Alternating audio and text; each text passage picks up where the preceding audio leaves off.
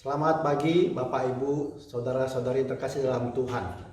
Hari ini hari yang spesial di mana kita diberi kesempatan Tuhan untuk kita beribadah memperingati hari kenaikan Tuhan Yesus kembali ke rumah Bapa.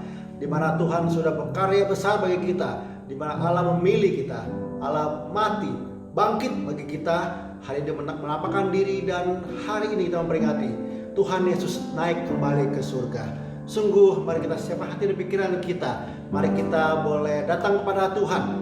Hari ini ibadah, walaupun tetap di rumah, tapi tetap hati kita menghadap kepada Allah Bapa di surga. Dengan takut dan gentar, dengan hormat kepada Tuhan.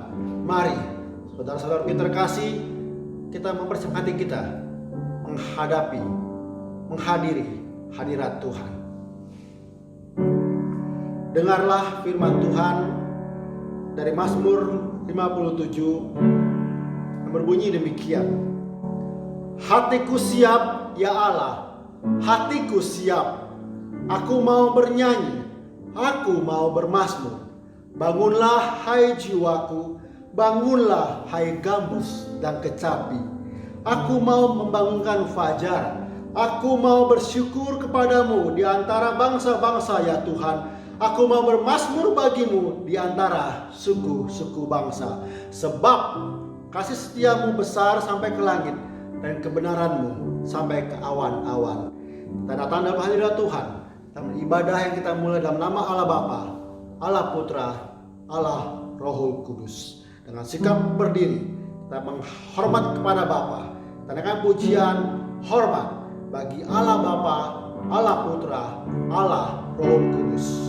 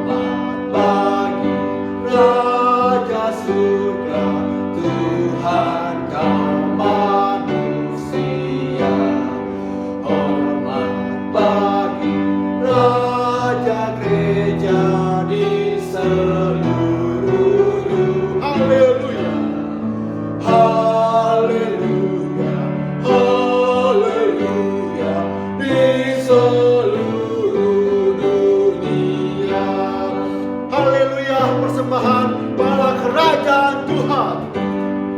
Haleluya, persembahan bala kerajaan diletakkan siang malam di hadapan tatanya. Haleluya, haleluya, di hadapan tatanya. Mari kita berdoa bersama-sama di hadapan Tuhan. Sungguh Engkau Bapa yang baik, sungguh Engkau Tuhan yang maha mulia. Siapakah kami Tuhan ketika Engkau boleh mengasihani kami, ketika Engkau boleh memilih kami Tuhan, ketika Engkau boleh membawa kami kembali. Mengingat hari ini hari yang sangat spesial bagi kami ketika Tuhan Engkau naik ke surga. Engkau yang menyiapkan tempat bagi kami yang percaya pada Engkau. Terima kasih Tuhan untuk pagi hari. Terima kasih untuk keluarga. Terima kasih untuk mimbar Tuhan yang boleh Tuhan terus adakan di setiap rumah kami. Terima kasih untuk setiap hati yang Kau beri bagi kami, yang kami boleh diingatkan Tuhan untuk boleh kembali beribadah kepadamu. Sungguh Tuhan, terima kasih untuk setiap keluarga kembali, termasuk untuk kesehatan, termasuk telinga, untuk mata, untuk setiap panca indera kami. Kami datang padamu Bapa, bila Tuhan boleh menolong kami untuk boleh menerima berkat Tuhan, menerima pengajaran-Mu Tuhan, menerima pengutusan-Mu Tuhan, untuk kami tidak hidup sendiri, tapi hidup bagi Tuhan. Dalam nama Tuhan Allah kami yang hidup, kami berdoa, jangan sepenuhnya ibadah ini dalam nama Tuhan Yesus. Amin. Kita mau mengakui pengucapan iman rasuli dengan penuh iman, dengan perlahan-lahan kita mengatakan ini. Aku percaya kepada Allah, Bapa yang Maha Kuasa, Khalik langit dan bumi, dan kepada Yesus Kristus, Anak yang tunggal Tuhan kita, yang dikandung dari Roh Kudus, lahir dari anak darah Maria, yang menderita sengsara di bawah pemerintahan Pontius Pilatus, disalibkan, mati dan dikuburkan, turun ke dalam kerajaan maut. Pada hari yang ketiga, bangkit pula dari antara orang mati, naik ke surga, duduk di sebelah kanan Allah, Bapa yang Maha Kuasa. Dan dari sana yang akan datang untuk menghakimi orang yang hidup dan yang mati. Aku percaya pada Roh Kudus, Gereja Kudus dan Am, persekutuan orang kudus, pengampunan dosa, bangkitan daging dan hidup yang kekal. Amin. Saudara-saudara yang terkasih, di dalam hidup kita begitu banyak gelombang yang menyertai kita. Siapakah Allah dalam setiap gelombang tersebut? Apakah jiwa kita terus memuji Tuhan? Ketika sebuah lagu mengatakan, ku pandang bintang gemerlapan, bunyi guru riuh kudengar. Begitu banyak segala suara-suara menakutkan, tapi ku tetap Tuhan, jiwaku memujimu. Kita naikkan pujian ini, besarlah Allahku, how great thou art. Dengan hati yang terdalam, Tuhan, sungguh jiwaku memuji Engkau Tuhan. Apapun yang terjadi, sungguh besar Engkau Allah. Bila ku lihat bintang gemerlapan dan bunyi guru riuh ku dengar, ya Tuhanku, tak putus aku heran melihat cinta-Mu yang besar. Maka jiwaku pun memuji-Mu, sungguh besar Kau Allahku. Maka jiwaku pun memuji-Mu, sungguh besar Kau Allahku. Ya Tuhanku, apabila ku renungkan pemberian-Mu dalam penebus, ku tertegun, bagiku dicurahkan oleh Putra-Mu darahnya kudus. Katakan, maka jiwaku pun memuji-Mu, sungguh besar Kau Allahku. Maka jiwaku pun memuji-Mu, sungguh besar Kau Allahku. Apabila nanti Kristus memanggilku, sukacitaku amatlah besar, karena terkabullah yang ku rindu, melihat Dikau Tuhanku ada. Apabila nanti Kristus memanggilku, sukacitaku amatlah besar, karena terkabullah yang ku rindukan, melihat Dikau Tuhanku aman. Maka jiwaku pun memuji-Mu,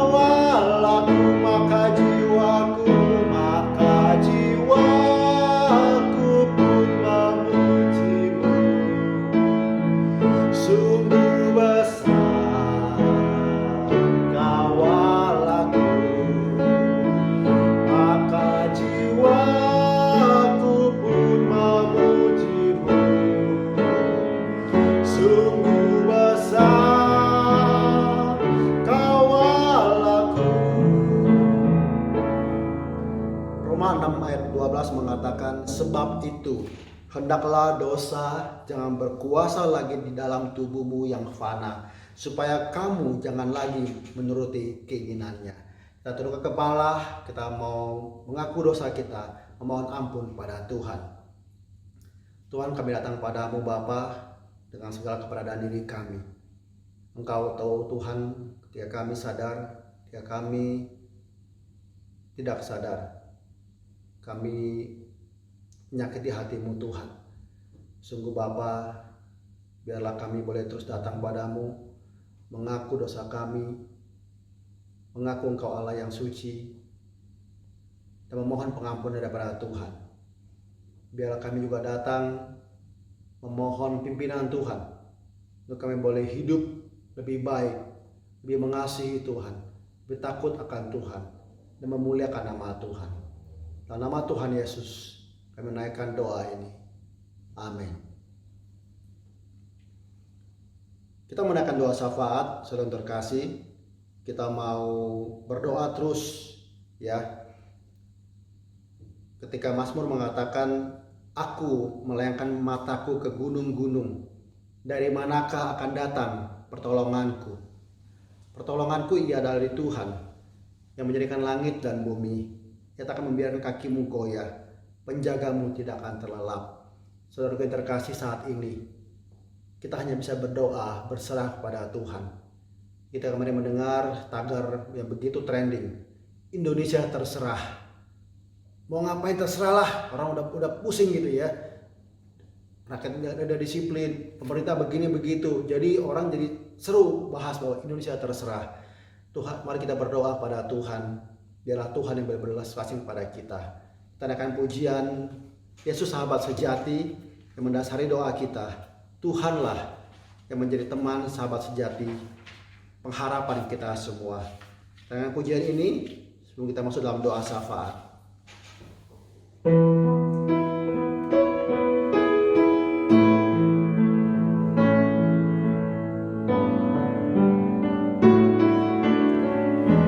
Yesus sahabat sejati, Yesus sahabat sejati yang memberikan sentosa tiap hal boleh ku bawa dalam doa padanya. Bila hatiku gelisah, aku salah dan lemah, karena lalai serahkan hidup dalam doa padanya. Jika oleh pencobaan kacau balau hidupmu,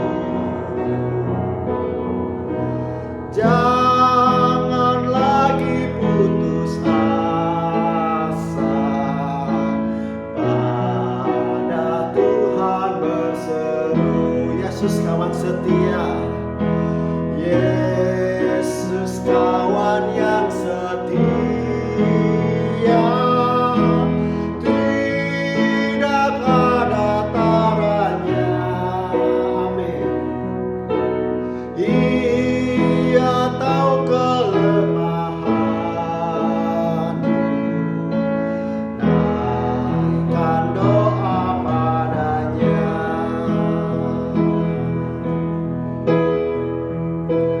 Adakah hatimu susah? Terus naikkan doa kepadanya.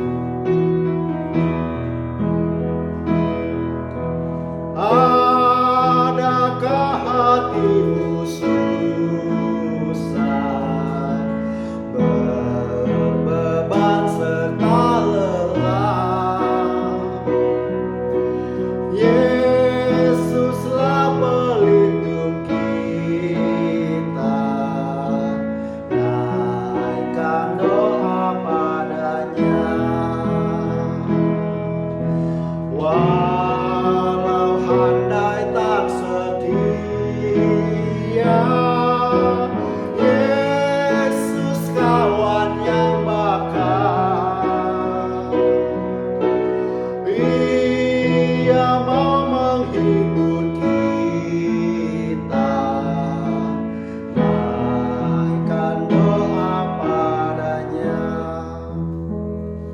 kepada Tuhan yang berdaulat atas dunia ini, pada Allah pencipta alam semesta. Sungguh Tuhan, kami mau berserah kembali, menyerahkan untuk isu COVID-19 di hadapan Tuhan. Ketika terakhir ini Tuhan, disiplin rakyat begitu rendah, begitu banyak isu-isu mengenai kebijakan pemerintah. Kami serahkan kepada Tuhan. Ketika banyak orang Tuhan yang mengambil kesempatan ini untuk hal lain, atau kesadaran orang-orang yang mengatakan Indonesia terserah. Sungguh Tuhan, kami hanya mau berserah pada Tuhan. Biarlah kami boleh menyerahkan diri kami, iman kami tertuju pada Engkau. Pengharapan kami, doa kami Tuhan untuk pemerintah ini, kekuatan hikmat bijaksana bagi mereka Tuhan, untuk para dokter, para pasien, kepada kami masyarakat luas. Biarlah Tuhan, Kau beri kami maksud dan kehendak Tuhan. Kami mengerti apa yang Kau mau dan kami melakukannya dengan taat. Sungguh Tuhan, tolong kami. Sekali lagi Bapa, berbelas kasihanlah kepada Indonesia, pada mereka yang saat ini Tuhan membutuhkan makanan, membutuhkan tempat tinggal, membutuhkan kasih sayang dari orang lain karena mereka kehilangan sanak saudara yang meninggal ataupun sakit parah karena virus ini. Sungguh Allah, bila Engkau boleh menjadi Allah kami senantiasa. Dalam nama Tuhan Yesus, ajar kami untuk terus mendoakan negeri ini. Ajar kami untuk terus bertumbuh, melihat kehendak Tuhan. Tidak diam, tidak egois, tapi boleh melihat Kristus di balik segala sesuatu yang terjadi. Sekali lagi Bapa, dalam nama Tuhan Yesus kami berdoa. Amin. Kita akan dengan firman Tuhan, kita siapkan hati dan pikiran kita karena suatu pujian. Tuhan, ku berserah, ku mau jadi korban hidup di hadapan Tuhan.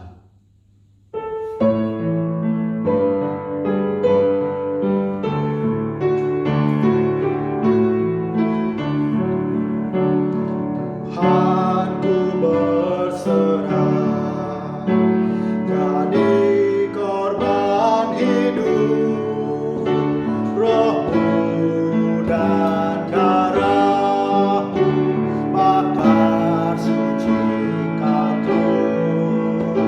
Berikan ku firman-Mu, curahkan kasih-Mu, pakailah hidupku, mengabarkan Injil-Mu. Tuhan, ku berserah, Tuhan, ku berserah, jadi korban hidup, rohmu dan darahmu, bakar sucikan Tuhan.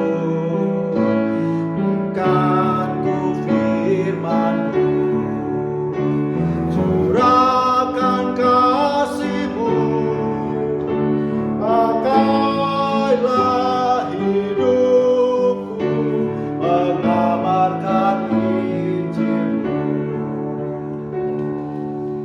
Selamat pagi saudara sekalian, senang sekali bisa bertemu dan bersama-sama dengan saudara sekalian.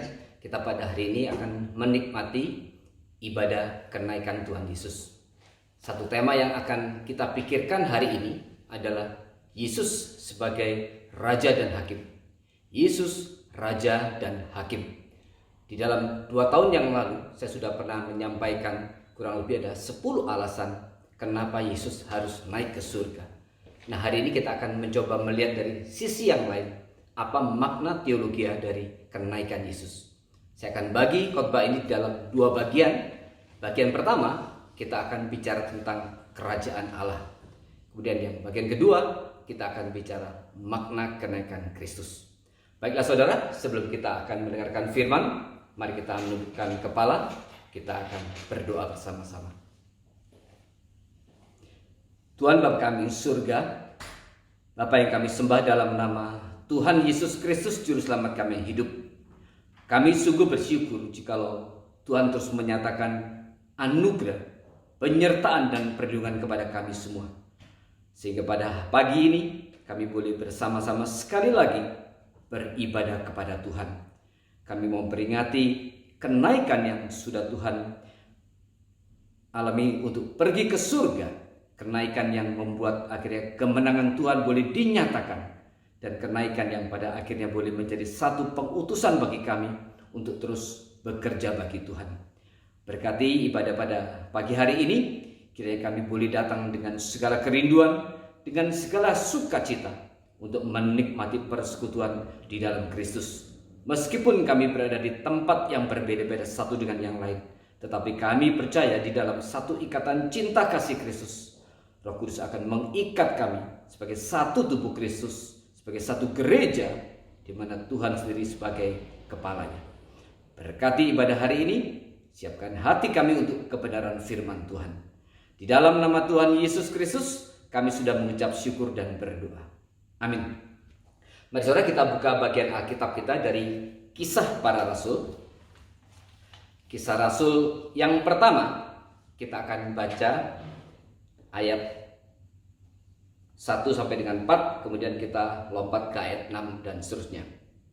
Kisah Para Rasul yang pertama, saya akan bacakan buat saudara sekalian.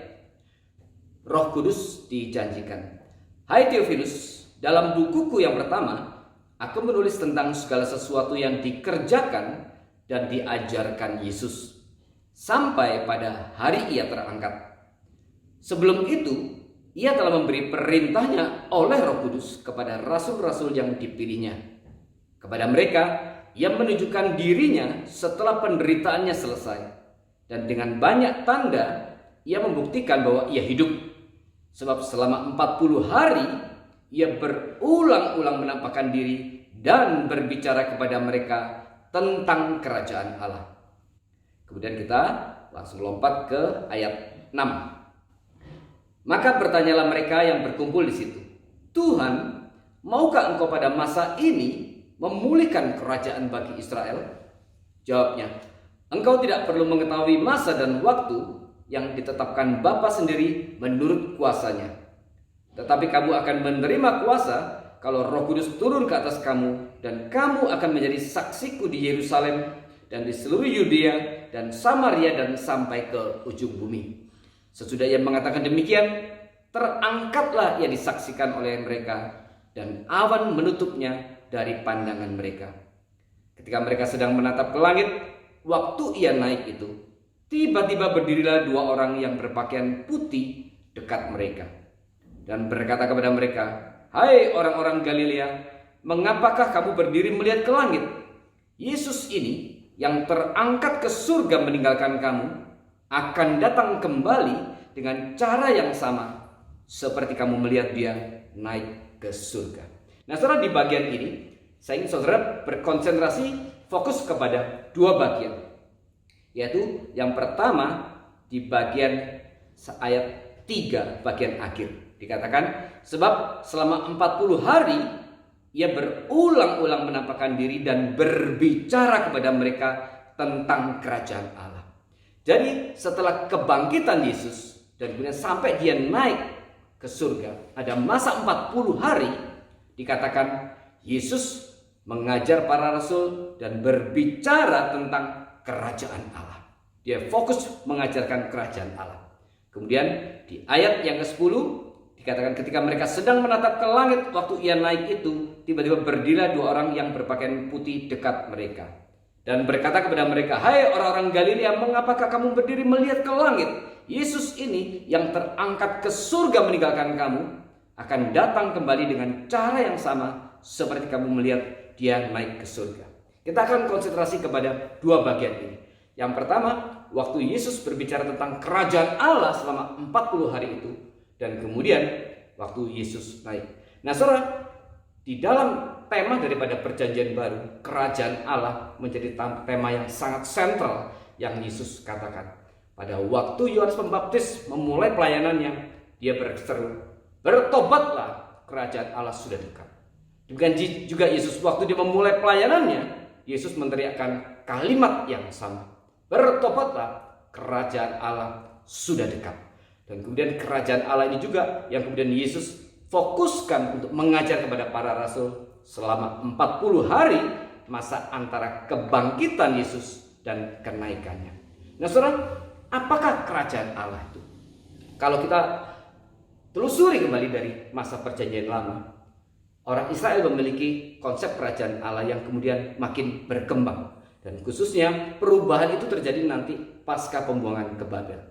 Sebelum pembuangan ke Babel, orang Israel menganggap kerajaan Allah adalah satu pemerintahan oleh Allah atas dunia, atas alam semesta, dan juga atas bangsa Israel. Jadi orang Israel memahami kerajaan Allah, Allah adalah sebagai raja. Dan sebagai raja dia adalah pencipta dan juga raja atas alam semesta. Sekaligus Allah adalah raja atas bangsa mereka, yaitu bangsa Israel. Nah, konsep ini yang dipegang oleh para nabi, yang disampaikan oleh para nabi sebelum pembuangan ke Babel. Dan kemudian mereka memfokuskan bahwa raja itu juga akan menjadi seorang Mesias, dan Mesias itu akan menyatakan satu berkat, yaitu berupa keselamatan. Oleh karena itu berita kerajaan Allah yang disampaikan oleh para nabi dalam perjanjian lama berfokus kepada keselamatan yang akan diberikan oleh sang Mesias itu, yang sekaligus menjadi sang raja itu. Dan oleh karena itu di dalam perjanjian baru, kitab pertama yang diletakkan adalah Matius dan bukan Markus. Kenapa bukan Markus? Meski Markus adalah Injil pertama yang ditulis dan bukan Matius. Karena di dalam Matius dimulai dengan silsilah Yesus Kristus dan menekankan Yesus sebagai raja. Dan ini menjadi satu hal yang sangat kemudian menjadi satu keutuhan, kelihatan kesinambungannya antara perjanjian lama dengan perjanjian baru. Perjanjian lama bicara tentang Mesias itu, penyelamat itu yang akan menjadi raja. Dan kemudian Matius membuka Injilnya dengan mengatakan, menekankan kerajaan daripada Kristus yang adalah keturunan Daud.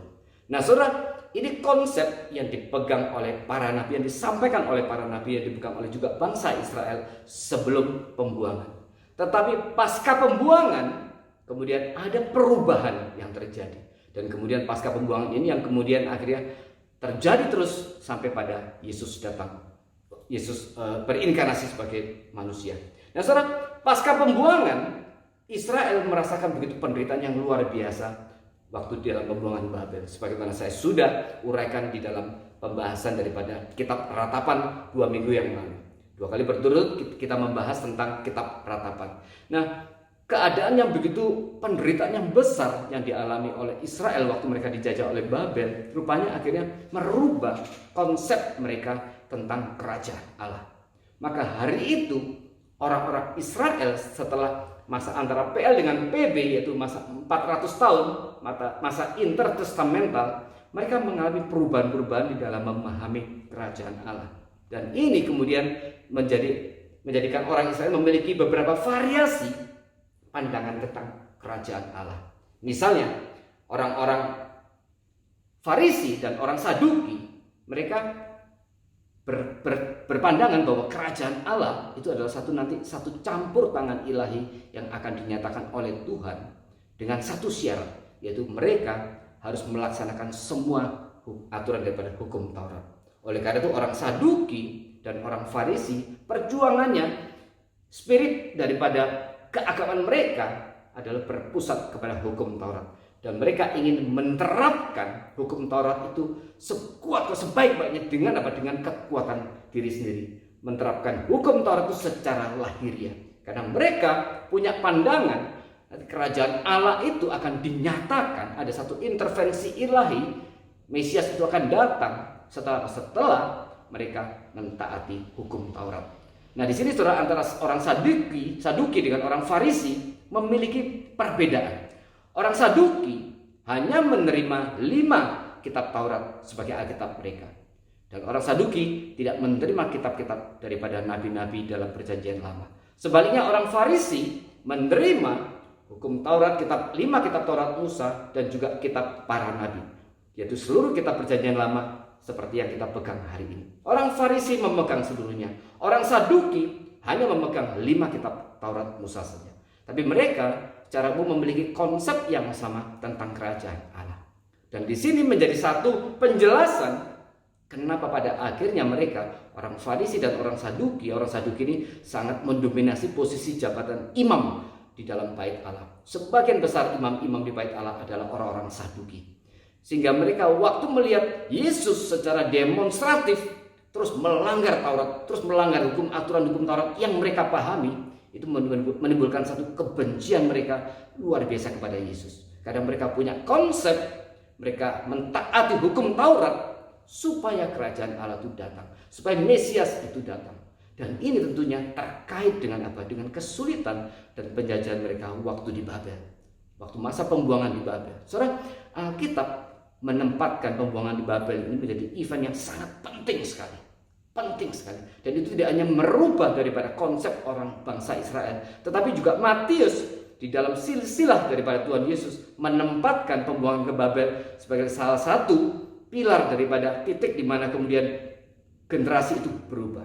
Ya, ada berapa 3 kali 14 dan kemudian ada masa pembuangan Babel menjadi event pemisah antara periode 1 dengan periode berikutnya. Dan di sini kita melihat pembuangan ke Babel memiliki makna yang sangat luar biasa. Secara teologis, kenapa pembuangan Babel kemudian ditempatkan juga dalam silsilah Tuhan Yesus? Pembuangan Babel itu adalah masa kegelapan. Dan kemudian dari pembuangan Babel kemudian sampai kepada Kristus ada 14 keturunan. Itu seakan-akan mempersiapkan dari kegelapan, yaitu pembuangan Babel, kemudian nanti terang Kristus akan datang. Yesus membawa umat dari kegelapan menuju terang. Oleh karena itu pembuangan Babel ditempatkan sebagai satu titik yang penting di dalam silsilah Tuhan Yesus yang dicatat oleh Matius. Nah, saudara, setelah pembuangan Babel kemudian orang Israel mengalami perubahan konsep tentang kerajaan Allah. Orang Farisi dan orang Saduki memahaminya kerajaan Allah itu akan datang, Mesias itu akan datang pada waktu mereka mentaati seluruh hukum Taurat. Dan ini menjadi alasan mereka begitu marah pada waktu Yesus terus beberapa kali secara demonstratif melanggar aturan hukum Taurat. Yesus melakukan mujizat-mujizat waktu hari Sabat yang jelas itu dilarang di dalam hukum Taurat menurut pemahaman orang-orang Farisi dan orang Saduki, sehingga kemudian pada akhirnya itu menjadi salah satu alasan mereka pada akhirnya menyalibkan Yesus. Kemudian yang kedua, orang-orang Esena mereka tinggal di padang gurun. Nah, orang Esena bersikap lebih pasif lagi. Mereka menganggap kehidupan di dalam kota di Yerusalem itu sudah tidak sesuai lagi dengan prinsip-prinsip daripada hukum Taurat. Oleh karena itu orang-orang Esena memisahkan diri dari kehidupan di kota dan mereka kemudian tinggal di padang gurun. Ada satu catatan yang mengatakan orang Esena minimal mengambil jarak 2 km daripada keramaian kota.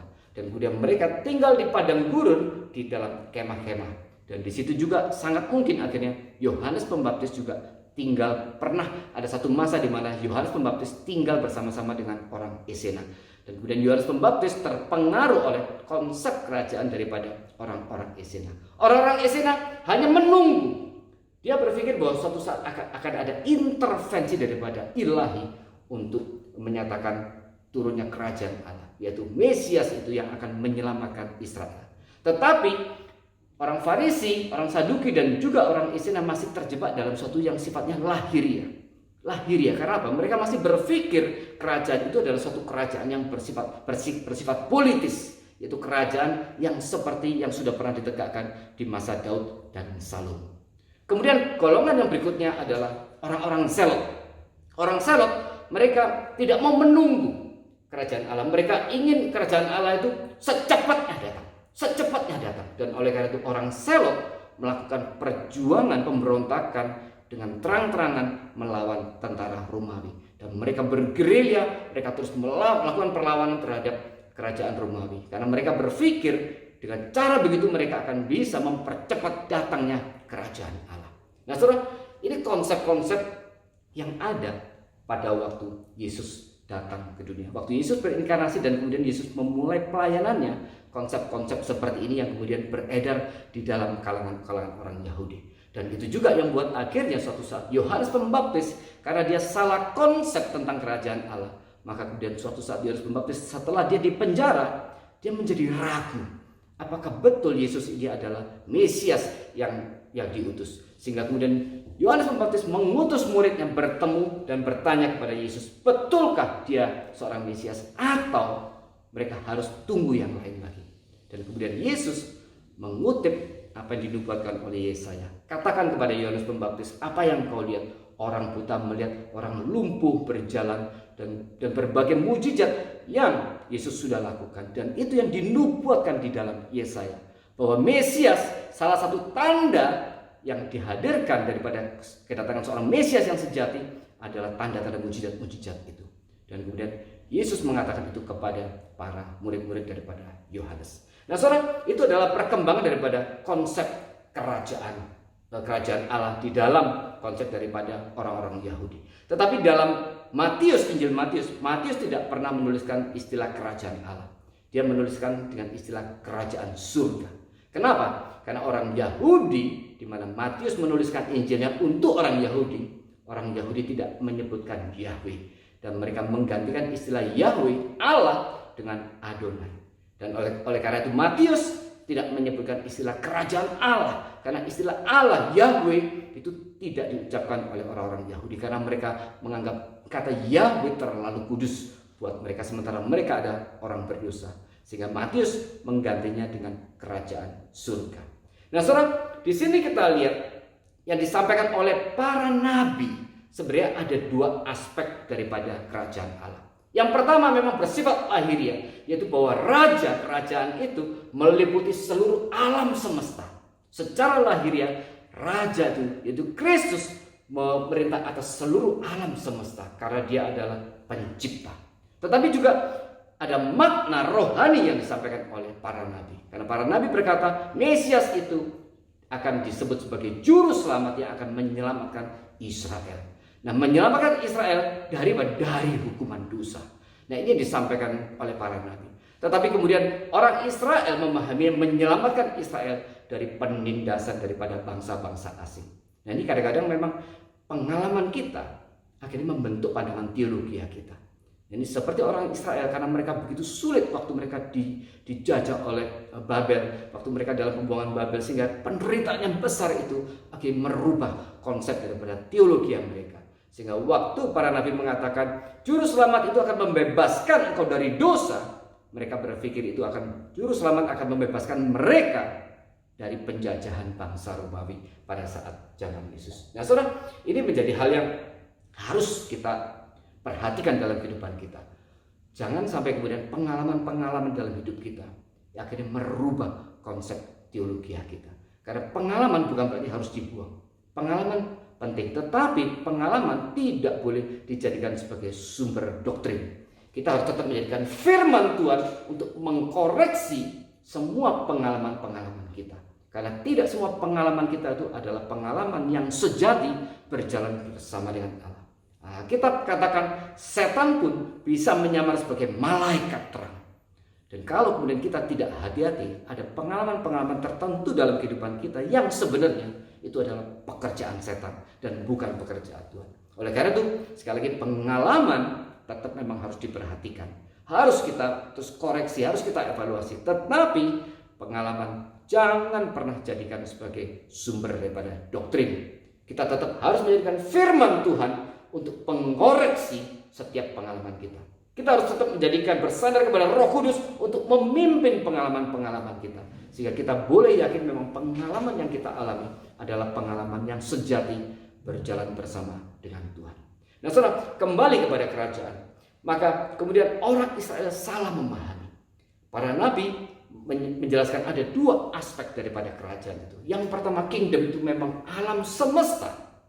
Karena Allah, Yesus adalah juga pencipta daripada alam semesta. Dan kemudian juga ada aspek kerajaan yang bersifat raja daripada kerajaan yang bersifat rohani. Karena keselamatan yang diberikan oleh Sang Mesias itu membebaskan manusia dan juga Israel dari hukuman maut, dari hukuman dosa. Dan ini artinya bersifat rohani. Sayang di bagian ini yang kemudian tidak difahami oleh orang-orang Israel. Sehingga kemudian pada waktu Yesus datang memberitakan kerajaan Allah sudah dekat, mereka menolaknya. Nah, saudara, waktu kemudian Yohanes Pembaptis, Yesus melayani dan kemudian mereka menteriakkan kerajaan Allah sudah dekat. Bertobatlah, kerajaan Allah sudah dekat. Kerajaan Allah sudah dekat. Apa maksudnya kerajaan Allah sudah dekat? Ya, jadi kalau kita melihat daripada nubuatan-nubuatan dalam perjanjian lama, Yesus yang dijanjikan itu akan datang. Dan kemudian ketika Yesus datang, maka kedatangannya itu menjadi satu tanda penting daripada hadirnya kerajaan Allah yang bersifat rohani ini. Dan itu kemudian dijadikan ada beberapa mujizat yang Yesus lakukan sebagai tanda yang sejati daripada seorang Mesias. Tanda sejati daripada hadirnya kerajaan Allah itu. Yaitu apa? Khususnya adalah berbagai mujizat pengusiran daripada setan. Pengusiran setan. Yesus melakukan berkali-kali, dia mengusir setan. Dan saudara, pengusiran setan ini menjadi satu awal, ini menjadi satu penjelasan awal nanti yang akan mengarah kepada peristiwa kebangkitan Kristus, di mana melalui kebangkitannya Kristus mengalahkan kuasa maut.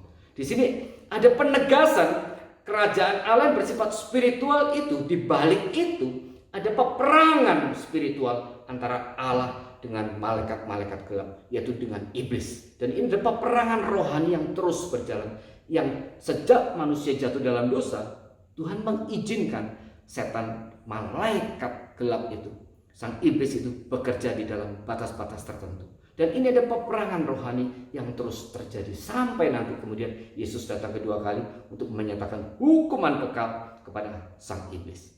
Maka pada waktu Yesus melakukan mujizat, dia mengusir setan. Dan kemudian di dalam satu peristiwa ada iblis yang melihat Yesus dan berkata, "Apa urusanmu dengan kami, hai anak Allah? Apakah aku akan menghukum kami sebelum waktunya?" Di sini kita lihat melalui statement ini, melalui pernyataan ini, sang iblis mengenal siapakah Yesus. Bahwa Yesus ini nanti adalah anak Allah yang akan menghakimi mereka.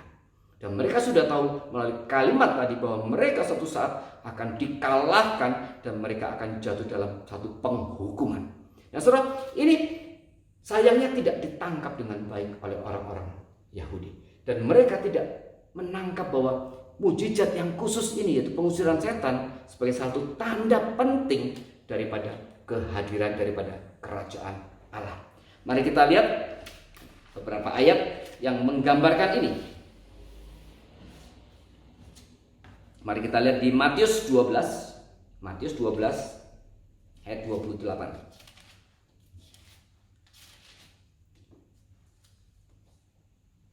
Matius 12 ayat 28. Saya bacakan dari ayat ke-27. "Jadi jika aku mengusir setan dengan kuasa Beelzebul, dengan kuasa siapakah pengikut-pengikutmu mengusirnya? Sebab itu merekalah yang akan menjadi hakimmu." Nah, perhatikan ayat 28. "Tetapi jika aku mengusir setan dengan kuasa Roh Allah, maka sesungguhnya kerajaan Allah sudah datang kepadamu." Sekali lagi, "Tetapi jika aku mengusir setan dengan kuasa Roh Allah, maka sesungguhnya kerajaan Allah sudah datang kepadamu." Kemudian bagian kedua kita lihat di Lukas 10. Lukas 10 ayat 17. Lukas 10 ayat 17. Saya akan bacakan juga buat saudara sekalian. Lukas 10 ayat 17. "Kemudian ke-70 murid-murid itu kembali dengan gembira dan berkata, 'Tuhan, juga setan-setan takluk kepada kami demi nama-Mu.' Lalu kata Yesus kepada mereka, 'Aku melihat iblis jatuh seperti kilat dari langit. Sesungguhnya aku telah memberikan kuasa kepada kamu untuk menginjak ular dan kalajengking, dan kuasa untuk menahan kekuatan musuh, sehingga tidak ada yang akan membahayakan kamu.'" Ya, di sini dikatakan para murid itu kemudian yang menerima kuasa daripada Yesus, mereka juga mengusir setan. Dan kemudian ketika mereka kembali kepada Yesus, mereka bersukacita dan mengatakan, "Tuhan, kami juga mengusir setan demi nama-Mu." Di situ kemudian Yesus mengatakan, "Aku melihat iblis jatuh seperti kilat dari langit." Waktu para murid melakukan mujizat-mujizat juga mengusir setan, ini sebagai satu tanda berikutnya bahwa kuasa iblis itu dikalahkan. Oleh karena itu Yesus berkata, "Aku melihat iblis jatuh seperti kilat dari langit." Ini mungkin seperti gambarnya seperti pada waktu dikatakan di Yesaya 14, di mana sang bintang timur itu, yaitu Lucifer itu kemudian dibuang ke bumi, jatuh dari langit ke bumi. Saudara, sayangnya sekali lagi orang Yahudi tidak memahami peristiwa ini. Bahwa mujizat yang sangat khusus ini, yaitu mengusir setan, itu sebagai satu tanda bahwa Mesias sejati sudah datang. Tanda bahwa kerajaan Allah sudah hadir. Juga pada waktu akhirnya suatu kesempatan Yesus bercakap-cakap dengan orang Farisi. Orang Farisi meminta tanda tentang kerajaan Allah.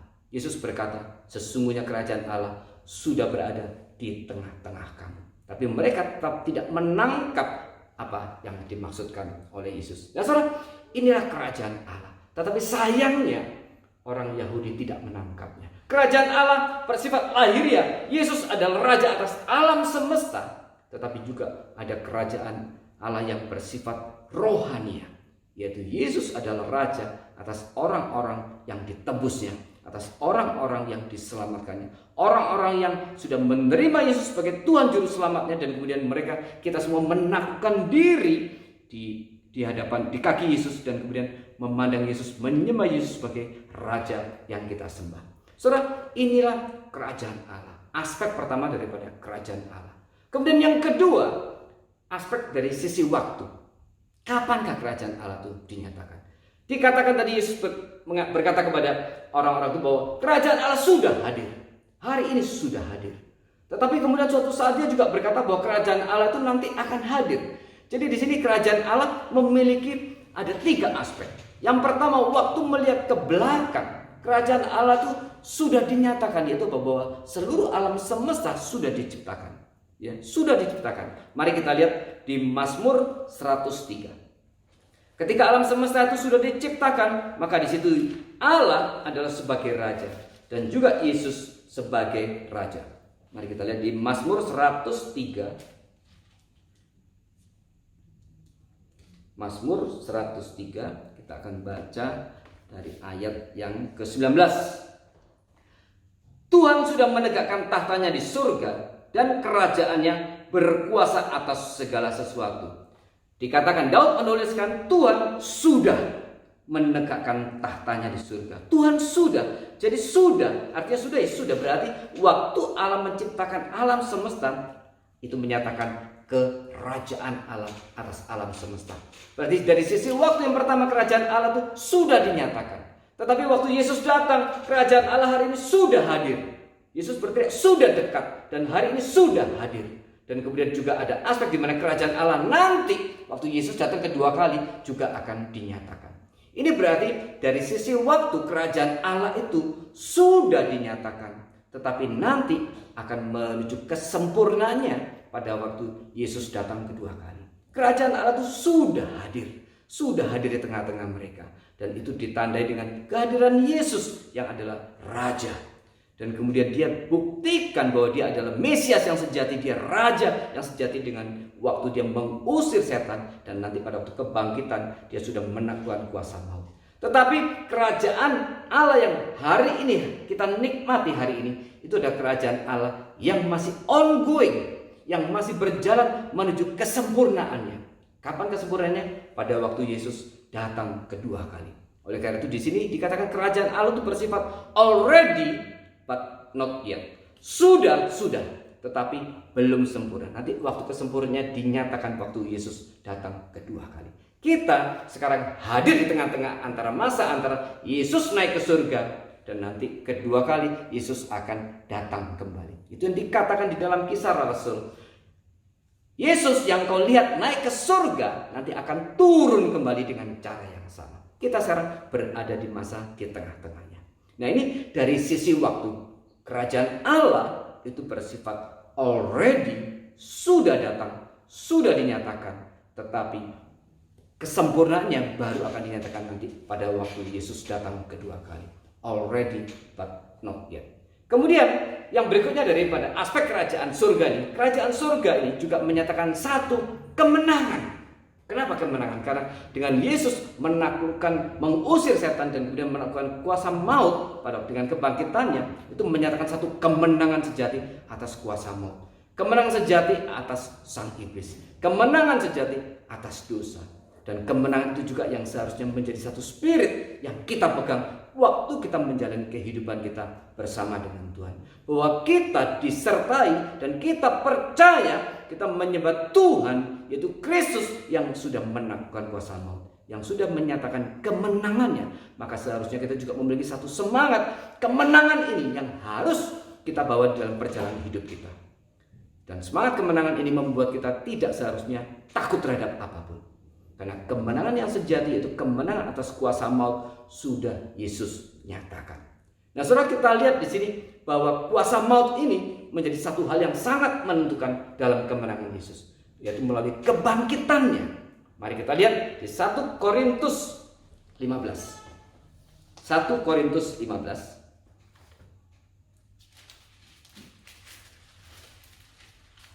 Kita akan baca dari ayat 22 sampai dengan 26. 1 Korintus 15 ayat 22 sampai dengan 26. Karena sama seperti semua orang mati dalam persekutuan dengan Adam, demikian pula semua orang akan dihidupkan kembali dalam persekutuan dengan Kristus. Tetapi tiap-tiap orang menurut urutannya. Kristus sebagai buah sulung, sesudah itu mereka yang menjadi miliknya pada waktu kedatangannya. Kemudian tiba kesudahannya, yaitu bila mana ia menyerahkan kerajaan kepada Allah Bapa, sesudah ia membinasakan segala pemerintahan, kekuasaan dan kekuatan. Karena ia harus memegang pemerintahan sebagai raja sampai Allah meletakkan semua musuhnya di bawah kakinya. Perhatikan ayat 26, musuh yang terakhir yang dibinasakan ialah maut. Ayat 26 sekali lagi saya bacakan, musuh yang terakhir yang dibinasakan ialah maut. Dan maut ini sudah dikalahkan, ditundukkan oleh Yesus melalui kebangkitannya. Maka itu menyatakan satu kemenangan yang sejati, kemenangan sejati yang juga sekarang menjadi milik kita. Kemudian yang keempat, aspek kerajaan Allah itu juga dikaitkan dengan doa. Waktu Yesus mengajarkan doa Bapa kami, ada satu kalimat di tengah-tengahnya berkata, datanglah kerajaan, jadilah kehendakmu di bumi seperti di surga. Datanglah kerajaanmu, jadilah kehendakmu di bumi seperti di surga. Di bumi seperti di surga. Berarti kita merindukan sebagai umat percaya segala hal yang terjadi di bumi ini merupakan penggenapan apa yang sudah Tuhan tetapkan di surga. Dan itu menyatakan kita tetap merindukan pemerintahan daripada Kristus tetap hadir di bumi ini dan juga di dalam kehidupan kita. Datanglah kerajaan.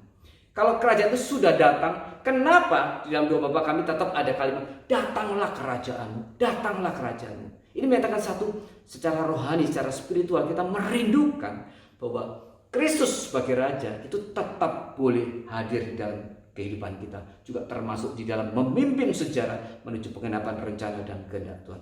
Ada satu kerinduan kita, ada satu pengharapan dan ada satu permohonan supaya Kristus, kerajaan Kristus tetap boleh dinyatakan. Dia tetap mengontrol, dia tetap menguasai dan dia tetap berdaulat atas segala hal.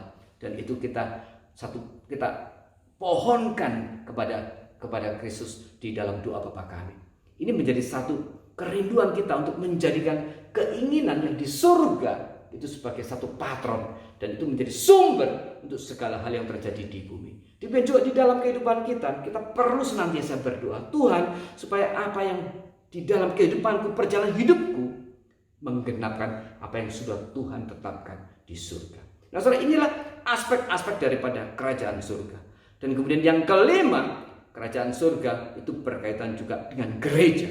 Apa kaitannya? Gereja adalah wakil daripada kerajaan surga. Kita bertugas meneruskan semangat dan berita daripada kerajaan surga. Kita harus menyampaikan berkat-berkat daripada kerajaan surga yang diberikan kepada kita. Dan kemudian kita bagikan kepada orang-orang di sekitar kita. Supaya mereka boleh mengenal kerajaan Allah itu. Supaya mereka boleh dibawa kembali masuk di dalam kerajaan Allah itu melalui Kristus. Nah, saudara, di sini kerajaan Allah yang bersifat rohani itu pintunya hanya satu, yaitu melalui Kristus. Maka orang-orang yang masuk di dalam kerajaan Allah yang bersifat rohani ini harus masuknya melalui kelahiran baru, melalui regenerasi, melalui pertobatan. Waktu kita mengaku kita berdosa dan kemudian kita menerima Yesus sebagai satu-satunya Tuhan Juru Selamat kita kemudian saat itu masuk sebagai warga kerajaan surga, warga kerajaan Allah. Dan ini kemudian yang dijelaskan oleh Matius di dalam khotbah di bukit.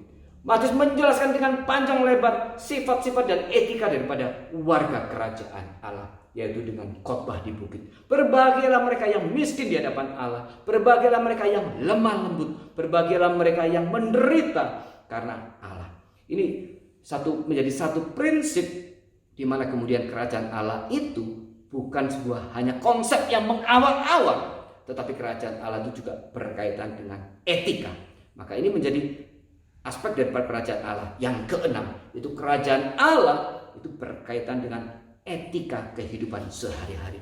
Maka kita sebagai warga kerajaan Allah harus hidup sesuai dengan etika daripada warga kerajaan Allah. Kita harus hidup sebagaimana seharusnya orang yang sudah ditebus oleh Kristus. Kita harus hidup sebagaimana seharusnya seorang warga kerajaan Allah menjalani kehidupannya. Saudara, inilah aspek-aspek daripada kerajaan Allah. Nah, sekarang saya akan masuk di dalam kenaikan. Saudara, mengapa Yesus harus naik? Mengapa Yesus harus naik? Yang pertama, saudara, kita lihat bahwa setelah kebangkitan, waktu kebangkitan Yesus menaklukkan kuasa maut. Yesus sudah mengalahkan kuasa maut itu. Tetapi waktu Yesus naik, maka itu menjadi satu pernyataan di mana kemenangannya itu kemudian diterima oleh Allah Bapa.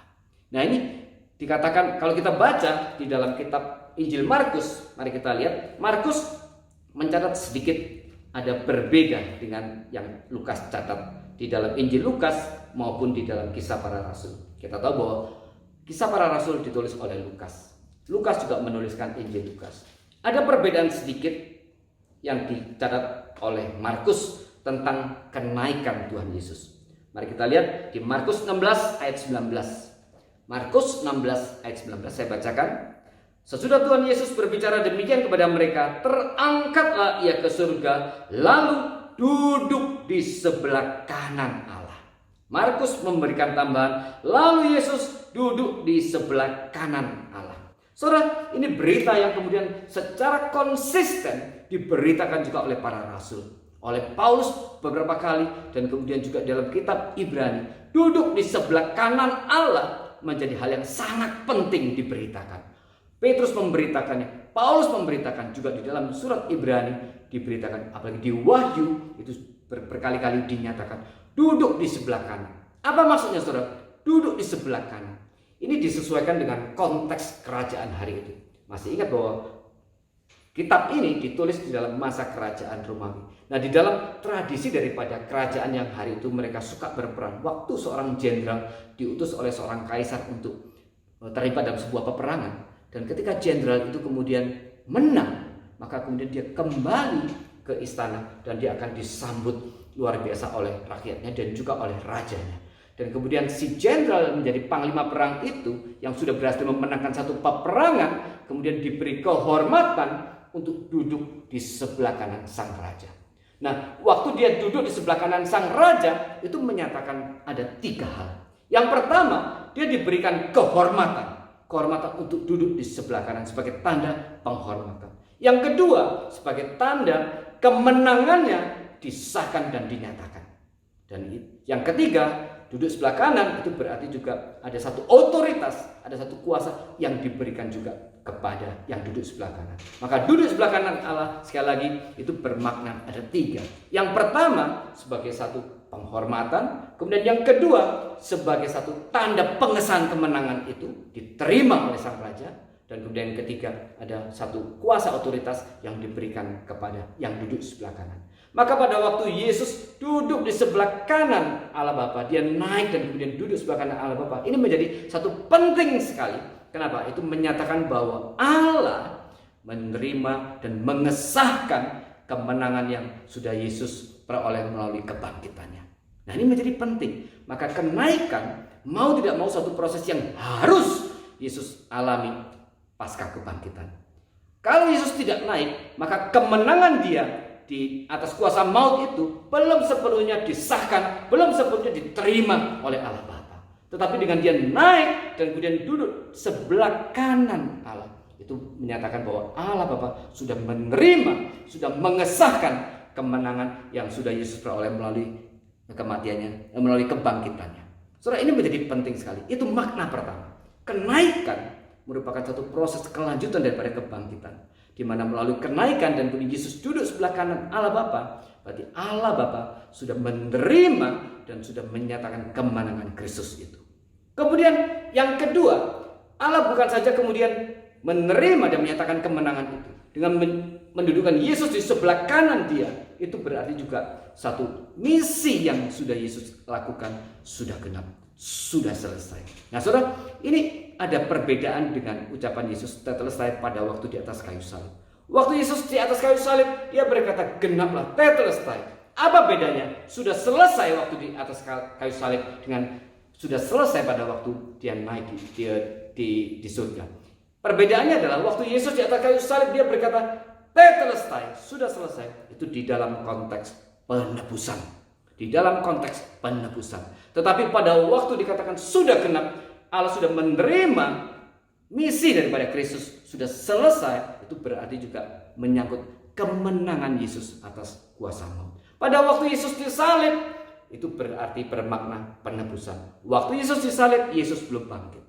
Dan kemudian 3 hari kemudian dia baru bangkit. Maka di sini ada perbedaan penggenapan. Sudah selesai, sudah genap. Sudah genap di surga adalah sudah genap. Yesus sudah menyelesaikan seluruh misi yang Allah Bapa berikan kepada Kristus. Sedangkan sudah genap di atas kayu salib, itu berarti penebusan itu kepada orang berdosa, kepada kita sudah genap, sudah selesai. Nah ini perbedaannya. Saudara, dengan Yesus duduk sebelah kanan Allah Bapa, berarti Allah Bapa sudah menerima bahwa seluruh misi daripada Kristus sudah selesai. Itu pengertian yang kedua. Kenapa Yesus harus naik? Yang ketiga, kenapa Yesus harus naik? Di Yohanes, Yesus berkata, lebih baik jika aku pergi. Sebab jika aku tidak pergi, maka Sang Kristus, Roh Kudus, Sang Penolong itu tidak akan turun. Jadi Yesus berkata kepada para rasul, lebih baik jika hari ini aku pergi. Karena jika aku tidak pergi, maka kemudian Roh Penghibur itu tidak akan turun. Dan nanti setelah aku pergi, dan di sana nanti aku akan mengutus Roh Kudus kepadamu.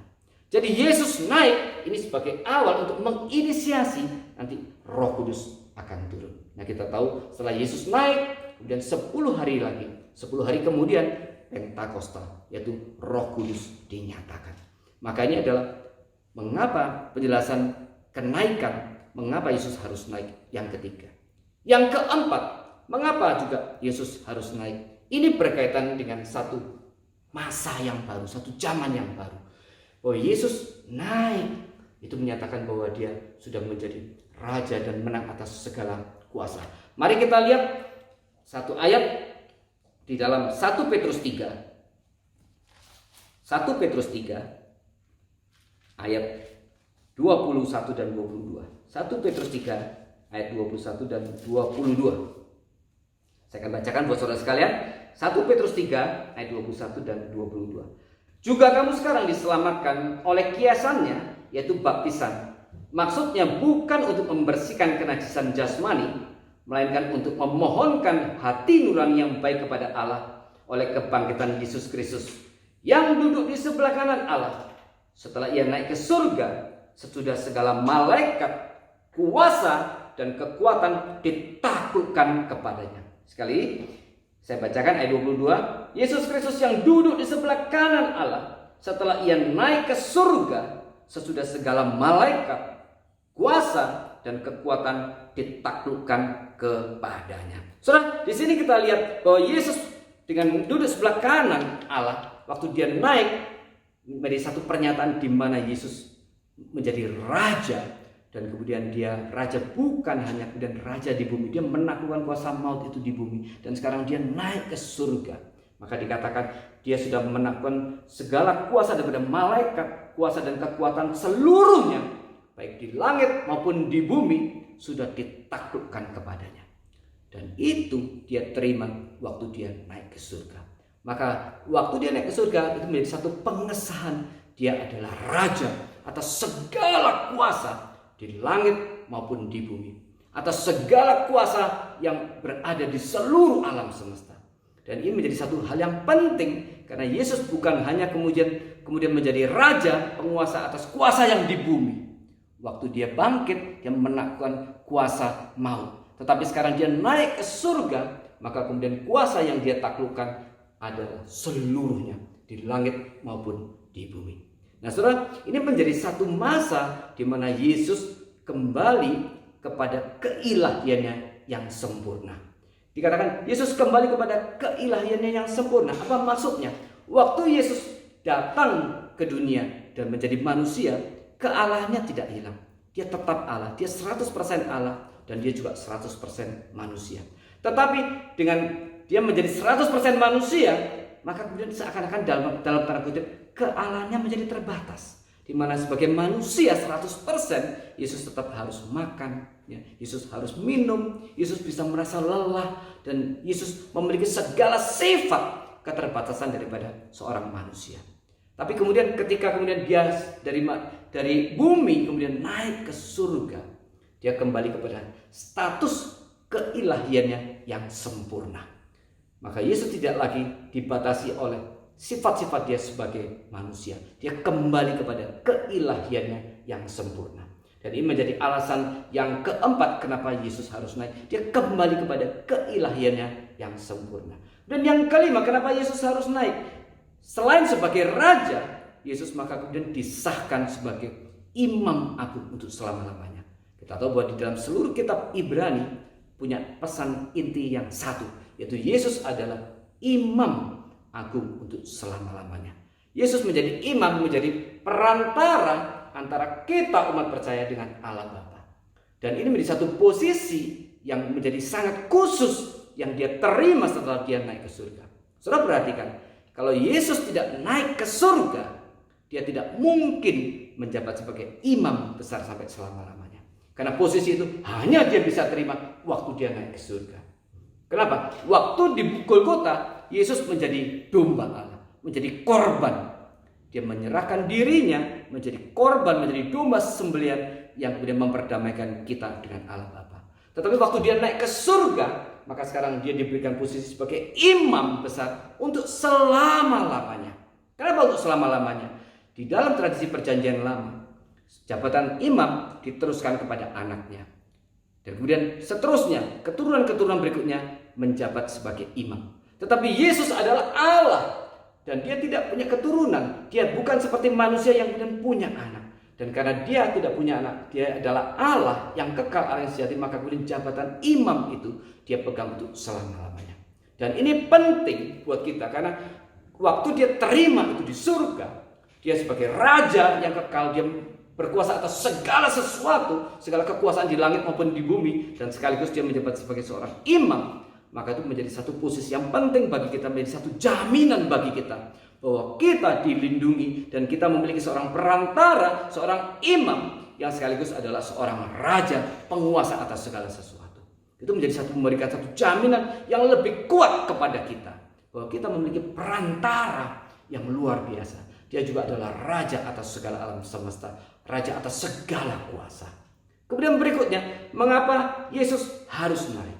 Nah, di sini kemudian dikaitkan kenaikannya sebagai raja itu tidak terlepas daripada posisi Yesus dan jabatannya sebagai seorang hakim.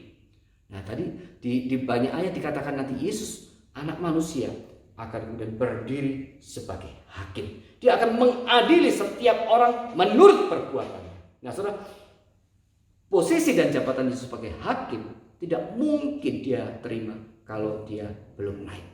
Setelah dia naik ke surga, maka pengangkatan dia sebagai raja atas segala kuasa itu sekaligus dibalik itu adalah dia juga sebagai hakim. Maka Yesus akan berdiri nanti di zaman akhir, dia sebagai hakim. Dia akan mengadili setiap orang menurut perbuatannya. Nah, saudara, ini bukan hanya kemudian dikatakan di dalam Alkitab, tetapi kita tahu di dalam Al-Quran pun dikatakan bahwa Nabi Isa itu akan menjadi hakim. Nah, saudara, ini menjadi satu hal yang memberikan satu kepastian kepada kita bahwa Yesus yang adalah raja, dia sekaligus adalah imam yang sampai selama-lamanya, dan Yesus yang sama adalah juga sekaligus sebagai hakim. Dan sampai di sini kita merasa, oh, luar biasa yang sudah Tuhan kerjakan buat kita. Darahnya sudah membebaskan kita dari penghakiman. Maka nanti waktu Yesus datang kedua kali, ada satu kepastian bahwa orang percaya tidak akan lagi dihakimi. Tapi orang yang berdosa, orang yang tidak percaya akan dihakimi, dan mereka kemudian akan dilempar ke dalam hukuman kekal, hukuman maut, di mana iblis sudah diikat dan kemudian iblis sudah dihukum sampai selama-lamanya. Orang yang tidak percaya akan mengalami hukuman kekal sampai selama-lamanya. Tetapi kita yang percaya, yang sudah menerima Kristus, kita yang adalah gandum-gandum, yaitu orang Kristen yang sejati, dipastikan kita akan melewati penghakiman itu. Kita akan meloloskan diri dari penghakiman itu, karena kita tidak akan dihakimi, tapi kita kemudian akan bersama-sama Kristus hidup di dalam surga. Tetapi kemudian Kristus akan memberikan mahkota kepada kita, mahkota yang berbeda-beda kepada setiap orang, menurut apa yang kita kerjakan bagi Kristus. Nah saudara, ini hal yang penting. Kita memang sudah diselamatkan. Dan kita tidak akan menjadi orang-orang yang akan dihakimi oleh Kristus. Tetapi kita kemudian akan menerima mahkota yang berbeda-beda sesuai dengan apa yang sudah kita kerjakan bagi Kristus. Nah, sampai di bagian ini saya ingin mengajak saudara untuk melihat satu bagian peristiwa kenaikan yang dicatat oleh Lukas.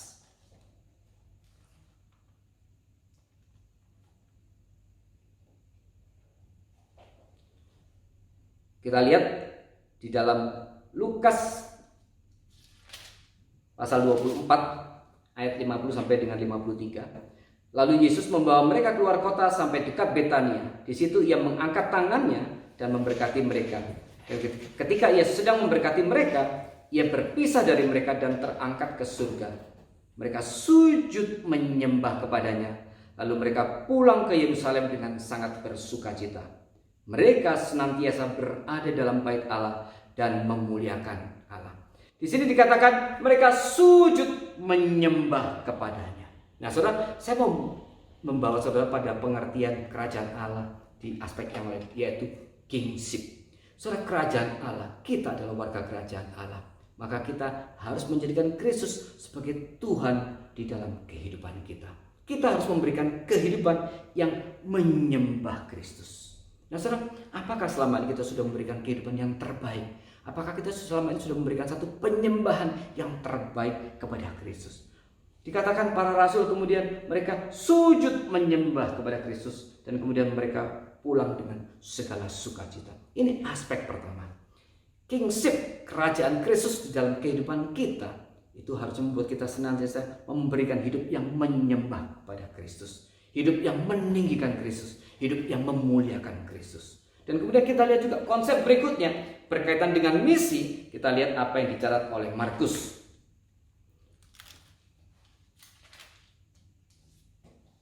Markus 16 ayat 19 sampai 20. Sesudah Tuhan Yesus berbicara demikian kepada mereka, terangkat ia ke surga, lalu duduk di sebelah kanan Allah.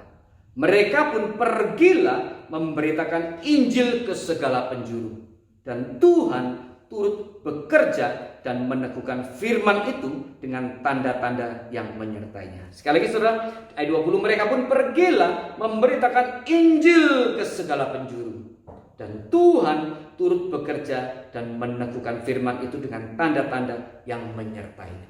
Ini menjadi satu hal yang senada, yang seirama yang dikatakan di dalam Kisah Para Rasul 1 ayat 8. Kisah 1 ayat 8 berkata, tetapi kamu akan menerima kuasa kalau Roh Kudus turun ke atas kamu, dan kamu akan menjadi saksiku di Yerusalem dan di seluruh Yudea dan Samaria dan sampai ke ujung bumi. Saudara, kenaikan Yesus harus kita responi dengan apa? Dengan menghasilkan satu kehidupan yang bermisi di hadapan Tuhan. Karena untuk itulah kerajaan Allah dinyatakan. Kita diangkat sebagai warga kerajaan Allah untuk pergi ke seluruh dunia untuk memberitakan kerajaan Allah itu. Kenaikan Yesus harus kita responi dengan sebuah misi. Nah saudara, ini yang ingin saya ajak saudara untuk memikirkan kembali kehidupan kita. Apakah kita sebagai orang sudah diselamatkan oleh Kristus, sudah memiliki satu misi yang sudah kita tetapkan di dalam pikiran kita, di dalam hidup kita, di dalam hati kita, dan kita berkata kepada Tuhan, Tuhan, aku mau mengerjakan ini seumur hidupku, dan ini akan aku kerjakan sebaik mungkin, Aku ingin menyembah Tuhan, memuliakan Tuhan sebaik mungkin. Aku ingin terus bermisi bagi Tuhan. Saudara, ini bukan berarti bahwa kita semua harus menjadi hamba Tuhan. Tetapi dimanapun, apapun yang kita lakukan, ingatlah kita adalah orang-orang yang diutus oleh Kristus untuk memberitakan kerajaan Allah. Seluruh berkat rohani di surga sudah diberikan kepada kita. Maka berkat rohani yang sudah kita terima itu harus kita bagikan kepada orang-orang yang lain yang belum percaya. Itulah misi kerajaan Allah. Dan untuk itulah Kristus sudah naik. Dia menjadi raja. Dia sekaligus menjadi hakim. Yesus adalah raja dan hakim. Dan kita menjadi orang yang menyembah Yesus, yang memuliakan Yesus, yang meninggikan Yesus dengan cara melakukan misi yang sudah Yesus kerjakan. Karena Alkitab mengatakan perjalanan hidup kita adalah meneladani Kristus. Kristus sudah menyelesaikan, menuntaskan seluruh misi yang Bapa sudah berikan kepada dia. Maka kita juga meneladani Kristus. Kita menuntaskan seluruh misi yang Kristus sudah berikan kepada kita. Dan itu yang dia nyatakan di dalam Kisah 1 ayat 8. Yang juga dicatat di dalam Markus. Kau akan menjadi saksiku di Yerusalem, di Yudea, di Samaria, dan sampai ke ujung bumi. Saudara, apakah kita sudah memberikan satu kehidupan yang bermisi? Apakah kita sudah memiliki satu kehidupan yang kita mau persembahkan kepada Tuhan? Dan misi itu yang secara sungguh-sungguh kita kerjakan seumur hidup kita. Mari saudara, kita memperingati sekali kenaikan ini. Dan mengingat sekali, mengintrospeksi diri kita. Tuhan, apakah aku sudah bermisi bagimu? Jikalau kita tidak melakukan misi kerajaan Allah itu, maka kita menjadi orang yang mungkin, saya bayangkan ketika nanti orang Kristen naik ke surga, mungkin ada beberapa macam. Yang pertama mungkin mereka yang gagal melakukan misinya. Dan kalau kita misalnya di film-film, misalnya di Mission Impossible waktu itu, misi itu sudah berhasil, dikatakan mission complete. Ya. Mission complete. Tetapi kalau gagal ya mission fail. Yang celaka, mungkin saya bayangkan juga nanti akan ada sebagian orang Kristen waktu kemudian ketemu dengan Allah, ketemu dengan Kristus, ditanya, apakah engkau sudah mengerjakan misi yang aku berikan kepadamu? Jangan-jangan nanti ada orang yang berkata, misi ya, misi apa Tuhan? Misi apa Tuhan? Nah, saudara, banyak orang Kristen yang tidak menyadari dia diselamatkan untuk diutus sebagai warga kerajaan Allah yang harus memberitakan kerajaan Allah. Banyak orang Kristen yang berpikir, yang penting aku sudah diselamatkan, selesai. Terima kasih Tuhan, puji Tuhan. Sekarang aku hanya mau menikmati berkat-berkat Tuhan untuk diriku sendiri. Dan kemudian dia tidak mau memberikan kehidupannya. Dia tidak mau memberikan dirinya sebagai alat misi yang diutus oleh Kristus ke tengah-tengah dunia. Saudara, mari kita meneladani Kristus. Kenaikannya itu juga berarti pengutusan kepada kita. Mari kita memberikan satu kehidupan yang bermisi bagi Allah. Sebagaimana Yesus sudah menuntaskan segala misi yang Allah Bapa berikan kepada dia. Dan kemudian Allah Bapa menerima seluruh misi itu dengan sangat baik. Dengan segala kegenapannya. Misi yang diberikan Yesus sudah komplit. Sudah penuh. Sudah selesai. Mari kita juga memiliki semangat yang sama. Supaya kehidupan kita boleh menjadi satu kehidupan yang menyelesaikan seluruh misi yang Kristus sudah berikan kepada kita. Kiranya Tuhan memberkati saudara-saudara sekalian. Mari kita berdoa. Tuhan, terima kasih Bapak untuk firman yang boleh kami renungkan. Kami bersyukur bahwa kenaikan Kristus boleh mengingatkan sekali lagi kepada kami, yaitu misi yang harus kami selesaikan sebagai warga kerajaan Allah. Sebagai orang-orang yang sudah diselamatkan oleh Kristus. Itu tugas kami adalah untuk memberitakan kerajaan Allah itu kepada mereka-mereka yang sudah terhilang, mereka-mereka yang belum percaya, dan membawa mereka kembali untuk bertemu dengan Bapa sebagai warga kerajaan Allah. Dan sambil kami terus menuntaskan seluruh misi yang Tuhan sudah berikan kepada kami, kami mohon kekuatan daripada Tuhan, kami mohon kekuatan daripada Roh Kudus untuk terus menuntun kami, memberikan kami penghiburan, kesegaran yang baru, supaya setiap hari, setiap saat kami tetap boleh menjalankan misi itu dengan segala sukacita yang dari Tuhan, sebagai orang-orang yang sudah dimenangkan di dalam Kristus. Terima kasih Tuhan, kami serahkan setiap jemaat di sini ke dalam tangan Tuhan. Tuhan bantu mereka, Tuhan memberikan pencerahan kepada mereka, supaya mereka menjadi orang-orang yang bermisi bagi Tuhan. Dan seumur hidup mereka, mereka terus mau bertekun, mau dengan setia, mau dengan komitmen untuk menyelesaikan misi itu bagi Tuhan. Dimanapun kami berada, apapun pekerjaan kami boleh menyadari kami orang yang sudah diselamatkan, dan disitulah kami harus bermisi bagi Tuhan, mewartakan Kristus bagi setiap orang yang berada sekitar kami. Terima kasih Bapa, di dalam nama Tuhan Yesus Kristus kami sudah mengucap syukur dan berdoa. Amin. Saudara, untuk meresponi firman Tuhan dan juga untuk persembahan, mari kita angkat pujian Rajakanlah Yesus.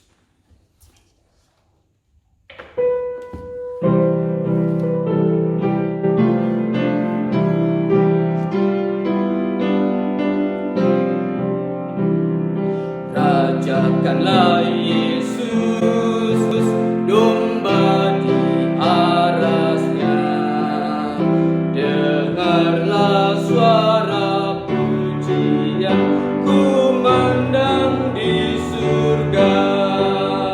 Bangunlah jiwaku, bersama pujilah Tuhan yang mati bagiku, pujilah selamanya. Mahkotailah Tuhan, Raja kehidupan, sorakanlah kemenangan atas keselamatan, muliakanlah Dia yang mati dan bangkit, serta menganugerahkan kehidupan yang kekal.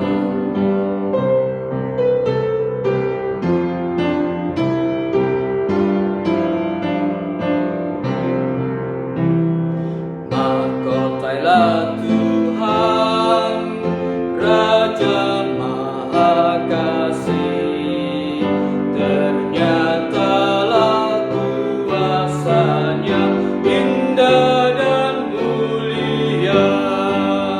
Pujilah penebus yang mati bagiku, puji dan muliakan Tuhan selama-lamanya.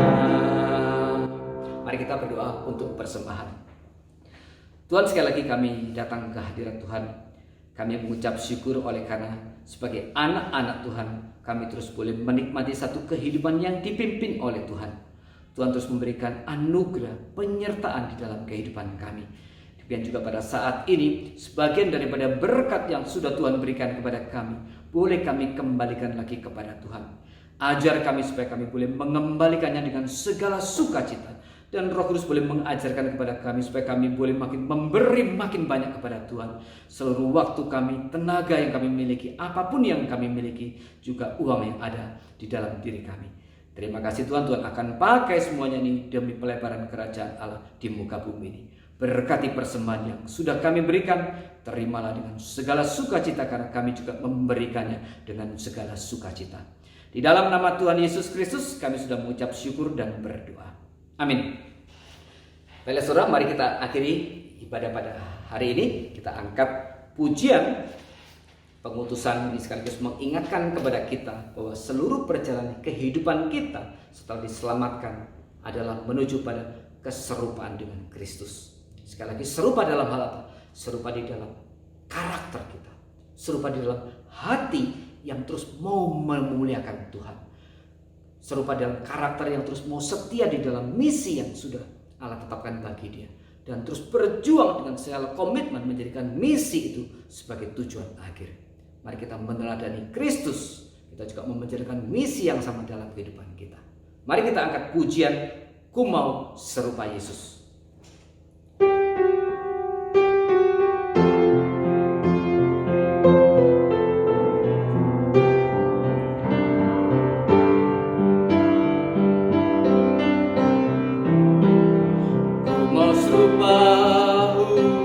Yesus yang mulia, inilah doa dan harapan.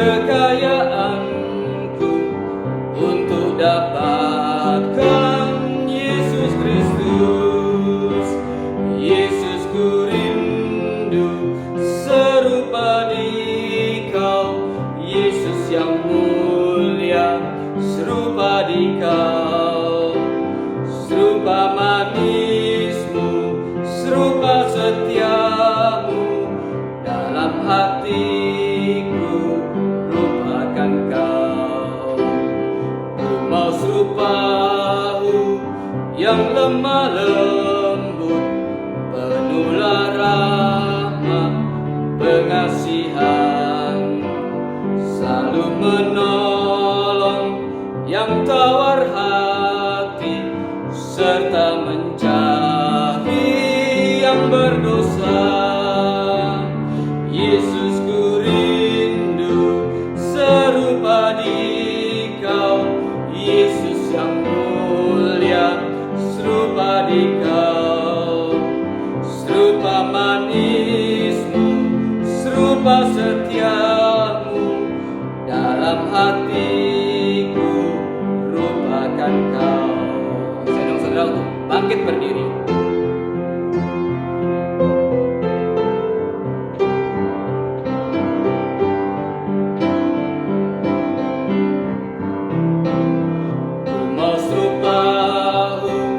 Yang panjang sabar dan rendah hati, tiada cemar, sabar menanggung aniaya siksa untuk selamatkan manusia. Yesus, ku rindu serupa Dikau, Yesus yang mulia, serupa Dikau, serupa manismu, serupa setiamu, dalam hatiku rupa. Yesus, ku rindu, Yesus, ku rindu serupa Kau, Yesus yang mulia, serupa Dikau, serupa manismu, serupa setiamu, dalam hatiku rupakan Kau. Doa berkat. Sesungguhnya anugerah dan damai sejahtera yang dari Allah Bapa, cinta kasih yang sudah diberikan oleh Kristus kepada kita semua di atas kayu salib, penghiburan, kekuatan dan pimpinan dari Allah Roh Kudus, hari ini berkat dari Allah Tritunggal diberikan kepada kita, memberikan kekuatan kepada kita untuk terus mengerjakan misi kita kepada Tuhan, supaya kehidupan kita boleh menjadi kehidupan yang menyelesaikan seluruh misi yang Tuhan berikan kepada kita. Hari ini berkat dari Allah Bapa, Allah Anak, Allah Roh Kudus dicurahkan bagi kita dan akan menyertai kita sampai selama-lamanya. Amin. Doksologi.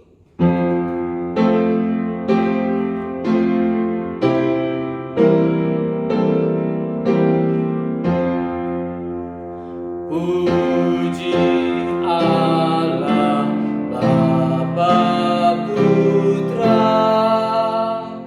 puji Allah Rohul Kudus, ketiganya Yang Esa, pohon selamat, sumber berkat. Amin.